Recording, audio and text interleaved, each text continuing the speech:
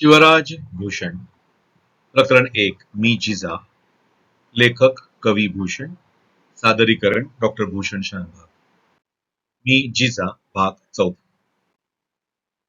लगीन ठरलं तर खरं, पण तयारी करायला वेळच कमी पडत होता. आबांची तर सारखी धावपळ चालली होती. संपूर्ण शिंदखेडलाच नाही तर अवघ्या पंचक्रोशीला त्यांनी अवतरण धाडलं होतं. शिंदखेड राजा काय त्यांना उगीच म्हणत नव्हते. सगळं गाव कामाला लागलं होतं. 1,200 बैलगाड्या सजवून तयार ठेवल्या होत्या. त्यांना बांधलेले बैल चांगले पुष्ट होते. वशिंड तरारून भरलेली होती. उगीच कुठला तरी म्हातारा आजारलेला बैल एकाही गाडीला झुंपलेला नव्हता. सगळे बैल पांढरे शुभ्र. त्यांच्या पाठीवर गेरूच्या रंगात हाताचे पंजे उठवलेले, गळ्यात घंटा, मण्यांच्या माळा, पाठीवर झुली. सगळ्या गाड्यांवर गेरून लेप लावून त्या तांबड्या भडक केल्या होत्या. त्यावर हाताचे पंजे वेलबुट्ट्या चितारल्या होत्या. प्रत्येकीच्या वर कमानदार छत होतं. त्यावर रंगीबेरंगी कापडं अंथरून घट्ट बांधून टाकली होती.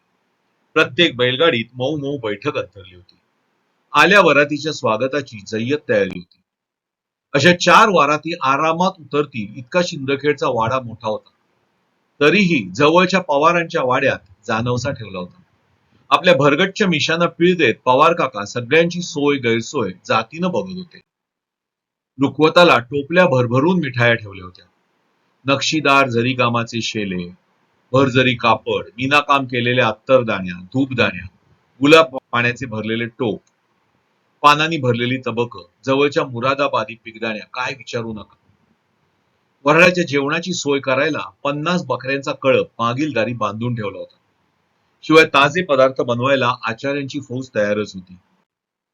मालोजी राजे हयात नव्हते, पण सासूबाई उमाबाई साहेब मात्र आल्या होत्या. स्वारींचे चुलते विठोजी राजे आणि त्यांचे सर्व पुत्र, विशेषतः थोरले संभाजीराजे, खेळोजीराजे सारे हजर होते. त्यापैकी संभाजीराजे आणि खेळोजीराजे यांच्या पत्नी म्हणजे माझ्या जावा पण लग्नाला आल्या होत्या. विशेषतः खेळोजी राजांच्या पत्नी जानकीबाई फारच गोऱ्या पान आणि देखण्या होत्या. हसताना त्यांच्या गोऱ्या गालावर एक छानशी खळी पडायची.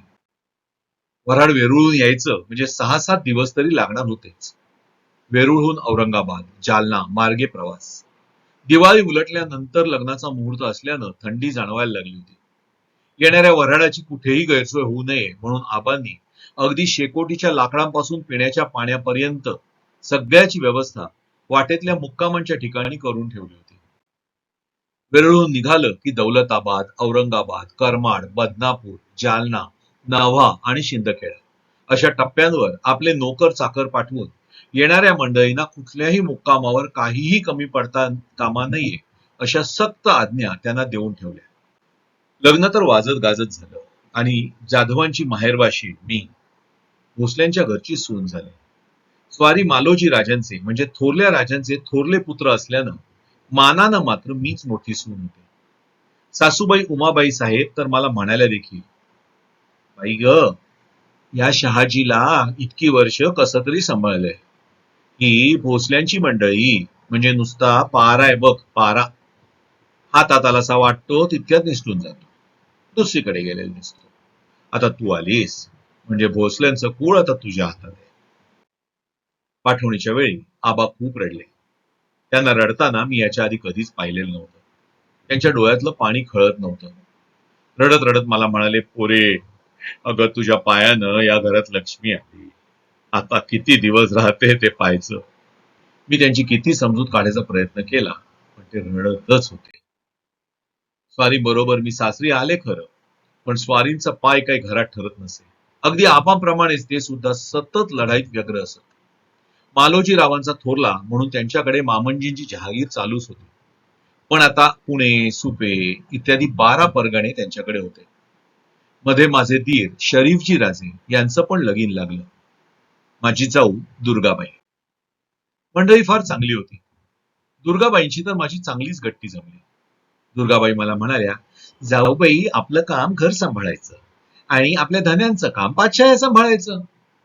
मला ते तेव्हा पटलं, पण मग मात्र मी विचारात पडले.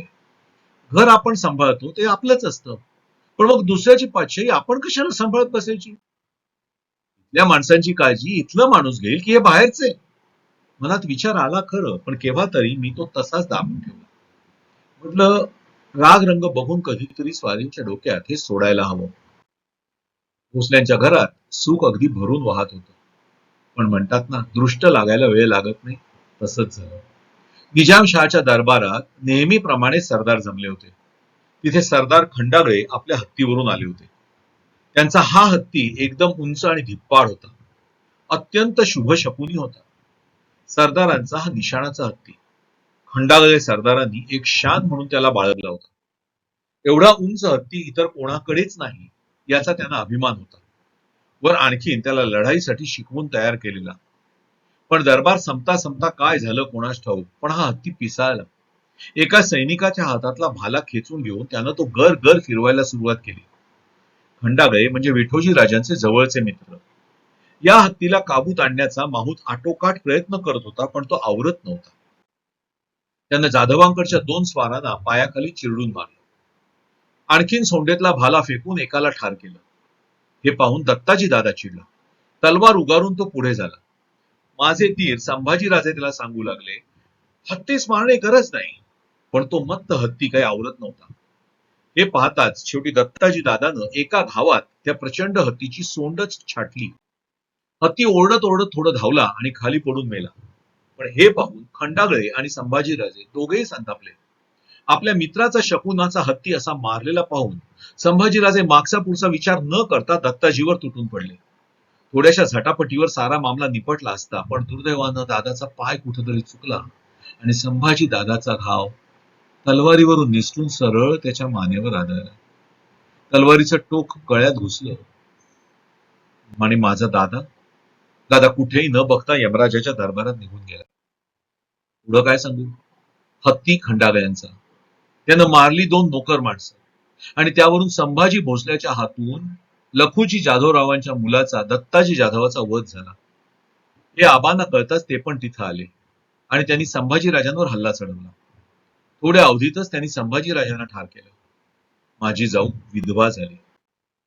इतक्यात शांत झाला तर तो आबांचा राग कसला. तिथे पोचलेल्या स्वारींवरच त्यांनी हल्ला चढवला. आता सुदैवानच म्हणायचं, पण बेसावत असलेल्या स्वारींना जखम झाली आणि ते घोड्यावरून खाली पडले. खाली पडले म्हणूनच वाचले, नाही तर संतापानं पेटलेल्या आबांनी काय केलं असतं याचा विचारही करवत नाही. आपल्या लाडक्या जीवच्या कुंकवालाच आपण हात घालतोय हेही त्यांनी लक्षात घेतलं नाही. एवढं रामायण झालं, त्यातून कोणाला काय मिळालं? पण त्या घटकेभरच्या झगड्यामुळे माझी मात्र काय अवस्था झाली असेल याचा मात्र कोणीच विचार केला नाही. भाऊ आणि दीर दोघंही आपापसातल्या भांडणात मारले गेले आणि कोणाच्या दुःखात मी अधिक रडले कसं सांगता येईल. भावापाठोपाठ वहिनी सती गेली आणि दीराबरोबर जाऊ. तिसऱ्याच्या हत्तीसाठी दोनही घरातली करती मुलं हकनाक बळी गेलीच, पण 2 घरात कायमचा विस्तव टाकून गेली.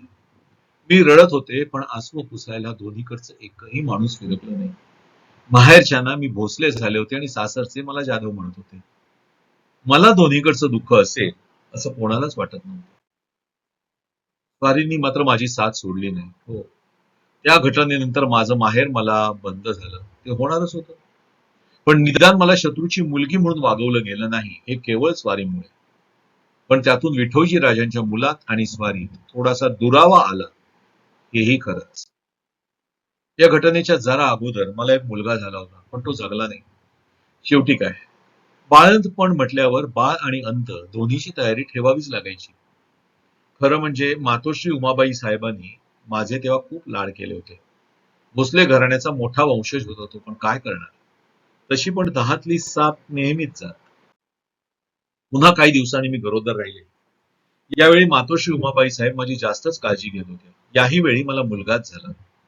भावामधला दुरावा कमी व्हावा म्हणून मातोश्रींनी त्याचं नाव संभाजीच ठेवा म्हटलं. एक संभाजी भोसले गेले, दुसरे आले. आरशाला माहेरचं कोणीच आलं नाही. त्याची रुखरुख मनात खूप होती, पण सांगणार कोणी. काकाचंच नाव पुतण्याला ठेवलं. हे बाळ मात्र छानच होतं, गोंडस, गुटगुटीत आणि खेळकर. बाल संभाजी भोसल्यांच्या घरात वाढू लागला. संभाजी जन्माला आला तसा स्वारीनं थोडा वेळही मिळू लागला. जेव्हा शक्य होईल तेव्हा पाय घराला लागू लागले. राग रंग बघून मी एकदा स्वारींजवळ माझ्या डोक्यातले विचार बोलून दाखवले. म्हटलं, जर सुलतानाची पातशाही सांभाळायची इतकी ताकद आहे, तर मग तो पातशाह हवाच कशाला?